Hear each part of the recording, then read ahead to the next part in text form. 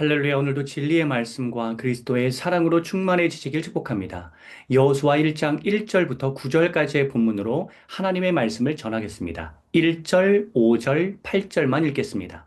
여호와의 종 모세가 죽은 후에 여호와께서 모세의 수종자 눈의 아들 여호수아에게 말씀하여 이르시되 내 평생에 너를 능히 대적할 자가 없으리니 내가 모세와 함께 있었던 것 같이 너와 함께 있을 것임이니라. 내가 너를 떠나지 아니하며 버리지 아니하리니 이 율법책을 내 입에서 떠나지 말게 하며 주야로 그것을 묵상하여 그 안에 기록된 대로 다 지켜 행하라. 그리하면 내 길이 평탄하게 될 것이며 내가 형통하리라. 아멘.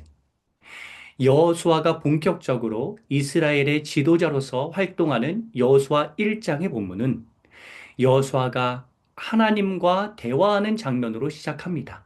이는 하나님과의 친밀한 관계가 리더십으로서의 역할을 감당하는데 가장 중요한 요소라는 점을 말해주는 본문 배치라고 할 수 있습니다. 여호수아는 위대한 지도자 모세처럼 언제나 하나님께 물으면서 이스라엘을 이끈 위대한 지도자였습니다. 오늘 본문을 세 가지의 주제로 나누어서 살펴보겠습니다. 첫째, 하나님의 때입니다. 1절, 2절에 보면 하나님이 여호수아에게 드디어 말씀하십니다. 모세가 죽었고 이제 여호수아가 민족을 이끌어야 하는 하나님의 때가 도래했기 때문입니다. 여호수아는 굉장히 일찍 후계자로서의 안수를 받았습니다. 민수기 27장에 안수 장면이 나옵니다. 하지만 민수기 28장부터 36장까지에서 여호수아에게 하나님이 말씀하신 장면도 없고 여호수아가 주도적으로 활동하는 장면도 없습니다. 모세가 이끌던 시기였기 때문입니다.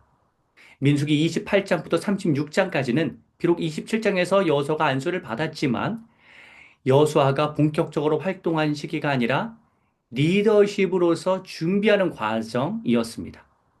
이에 관련된 영상 링크를 따로 걸어두겠습니다. 그런데 이제 하나님의 때가 이르렀습니다. 이제는 여호수아가 리더십을 발휘해야 할 때입니다. 여호수아서를 전체적으로 보면 여호수아는 이스라엘을 훌륭하게 이끌었습니다. 여호수아의 리더십 이후 이스라엘은 사사시대로 접어듭니다. 자기 소견에 옳은 대로 행동합니다. 하지만 모세의 뒤를 이은 훌륭한 지도자는 왕정시대의 다윗이 등장하기 전까지는 나오지 않습니다.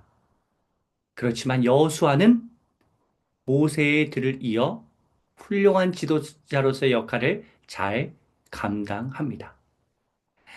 저는 여호수아가 후계자로서 충분히 준비하는 과정이 있었기 때문에 뛰어난 지도력을 발휘할 수 있었다고 생각합니다.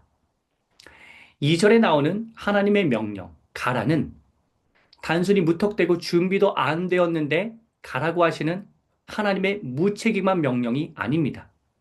충분한 준비가 끝났고 그 준비 과정에서 하나님이 함께 하셨으니 이제 때가 되어서 여호수아를 필두로 하여 가나안 땅으로 나아가라는 하나님 동행이 전제되어 있는 명령입니다.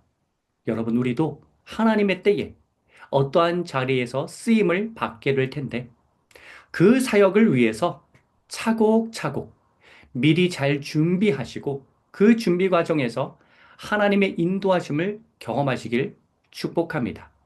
1절, 2절 하나님의 때가 도래하기 전에 오랫동안 준비했던 여호수아를 기억하시면서 그 준비 과정이 있었기 때문에 하나님의 때가 되었을 때 리더로서의 섬김을 잘 수행할 수 있었다는 사실을 기억하시면서 하나님의 때가 오기 전에는 잘 준비하는 삶을 사시길 하나님께서는 원하십니다.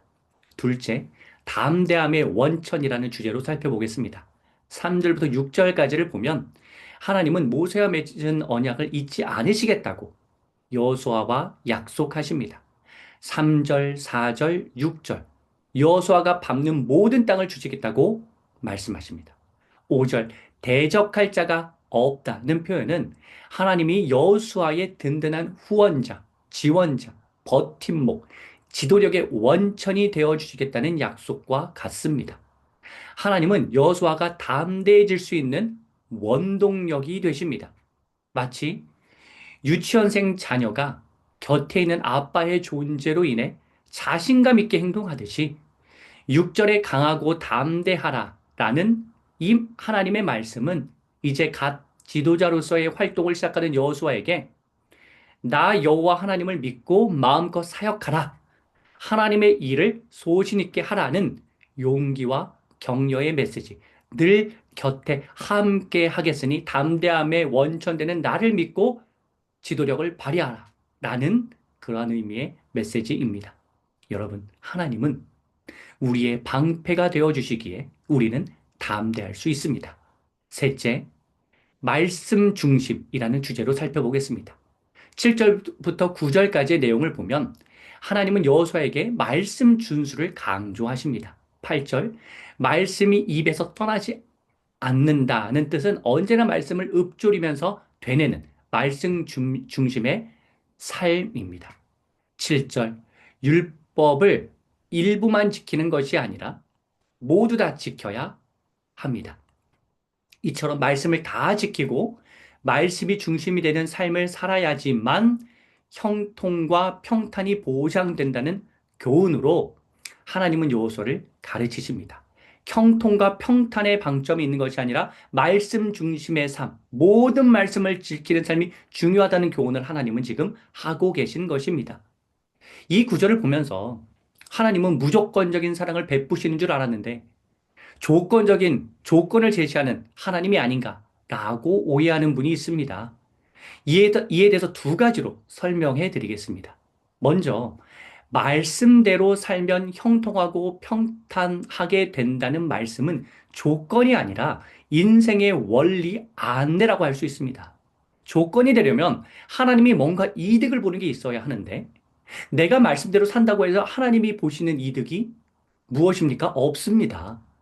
하나님은 내가 복을 받는 길을 알려주신 것입니다.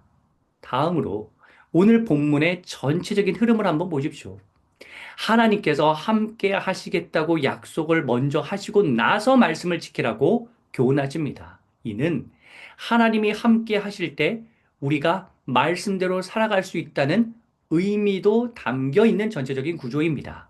즉, 그냥 하나님이 내팽개 치시고 말씀대로 살아라라고 하시는 그러한 지금 교훈을 하시는 것이 아니라 내가 함께함으로 내가 너를 말씀을 잘 지킬 수 있도록 돕겠다라고 하는 말씀 중심의 삶을 이끄는 원동력으로서 내가 도와주겠다라고 하는 그런 마음을 하나님께서 주시는 것입니다.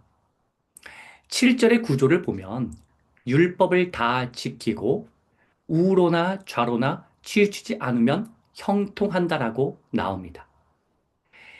말씀 준수와 이 균형 감각, 좌로나 우로나 치우치지 않는 균형 감각이라는 두 가지 노력의 결과가 형통 보장이라는 흐름으로 전체를 보면 기록되어 있습니다. 그런데 실제적으로 이 말씀을 적용해 보면 우리가 하나님의 말씀을 다 준수하려고 힘쓰는 노력의 결과가 좌우로나 우로나 치우치지 않는 삶 그 자체입니다. 그러니까 이 두 가지가 따로 있는 것이 아니라 우리가 말씀대로 살게 되면 치우치지 않게 됩니다.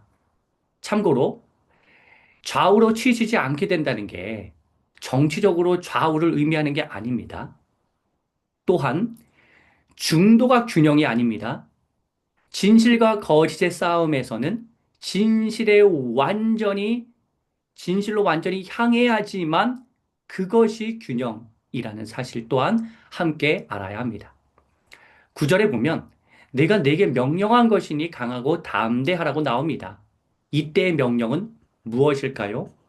3절. 밟는 모든 땅을 주겠다는 언약일까요? 그러니까 땅을 받기로 보장되었으니 안심하라는 의미일까요? 그것이 아니라 그것보다는 말씀 준수의 명령이라고 이해해야 한다고 저는 생각합니다. 그러니까 이 땅을 주겠으니 그것을 약속했으니 안심하라가 아니라 말씀을 온전히 준수하는 이 명령을 붙들고 강하고 담대하라는 의미가 구절의 본래 의미라고 이해해야 한다고 생각합니다. 그러니까 이러한 뉘앙스입니다. 내가 강하고 담대할 수 있는 비결을 이미 명확하게, 분명하게 알려주었다. 말씀 준수는 내가 원하면 해도 되고, 원하지 않으면 하지 않아도 되는 선택의 문제가 아니라 반드시 지켜야 하는 명령이니 그 명령에 따라야지만 너의 강함과 담대함이 흘러나오니 그 말씀 준수를 반드시 하라 라고 하는 의미가 구절에 담겨 있습니다. 여러분, 우리가 말씀을 준수하도록 이끌어 주시는 하나님, 말씀 준수로 인해 균형 감각과 형통과 평탄이 실제로 삶에서 나타나는 변화를 경험하게 하시는 그 하나님을 꼭 만나시길, 삶에서 느끼시길 주님의 이름으로 축복합니다. 사랑하는 성도 여러분, 우리는 늘 두려움과 싸움합니다. 여호수아가 위대한 지도자 모세의 뒤를 이어서 이스라엘을 이끌어야 하는 중책을 맡게 되면서 과연 내가 잘해낼 수 있을지 의문에 휩싸였던 것처럼 말입니다. 하지만 그때 하나님이 여호수아에게 나타나셔서 말씀하십니다. 이제 여호수아 네가 활약할 때가 되었으니 지금까지 갈고 닦은 실력을 발휘하라. 내가 너와 함께하니 강하고 담대하라. 지금까지 그리웠던 것처럼 말씀 중심으로 살아간다면 너의 리더십에는 형통과 평탄과 균형 감각이 보장되리라. 이 말씀은 오늘의 본문은 새로운 일에 착수하는 우리, 리더십을 발휘하는 우리에게도 주시는 하나님 권면의 메시지입니다. 오늘 말씀을 잘 기억하셔서 각자의 자리에서 리더십을, 지도력을 잘 발휘하시길 주님의 이름으로 축복합니다.